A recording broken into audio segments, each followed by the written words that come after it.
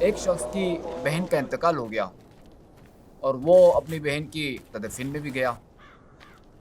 دفن کرنے کے بعد جب وہ واپس اپنے گھر آیا تو اسے یاد آیا کہ اس کی ایک قیمتی تھیلی جو کہ قبر میں رہ گئی۔ اب تھیلی قیمتی تھی کیونکہ اس میں جو ہے وہ اس شخص کے پیسے رکھے ہوئے تھے۔ چنانچہ وہ شخص قبرستان گیا اور تھیلی نکالنے کے لیے اس نے جو ہے وہ بہن کی قبر کی کھدائی شروع کی۔ تو جیسے ہی اس نے اپنی بہن کی قبر کھودی، اس کی بہن کی قبر میں آگ کے شعلے اٹھ رہے تھے۔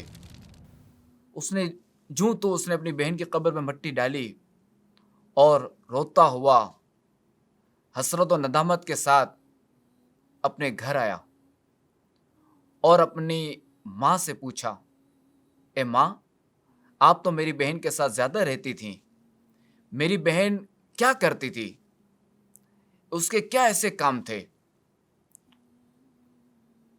ماں نے جب اپنے غمگین بیٹے سے اس طرح کے سوالات سنے جو کہ برخلاف تھے تو ماں نے پوچھا، بیٹا کیا وجہ ہے، تم ایسے سوالات کیوں کر رہے ہو؟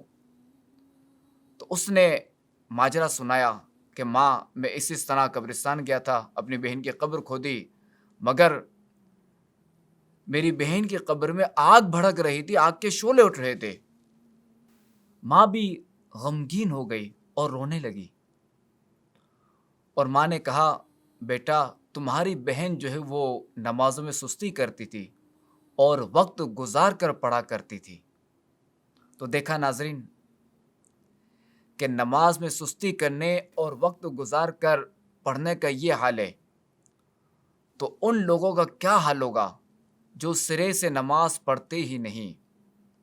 یاد رکھیے، نماز ہر عاقل بالغ مسلمان مرد عورت پر فرض ہے، تو ہمیں چاہیے کہ نمازیں وقت کے اندر ادا کریں۔ اللہ تبارک و تعالی سے دعا ہے کہ ہمیں سجدوں کی لذت عطا فرمائے اور ہمیں خشوع و خضوع کے ساتھ نماز ادا کرنے کی توفیق و سعادت عطا فرمائے۔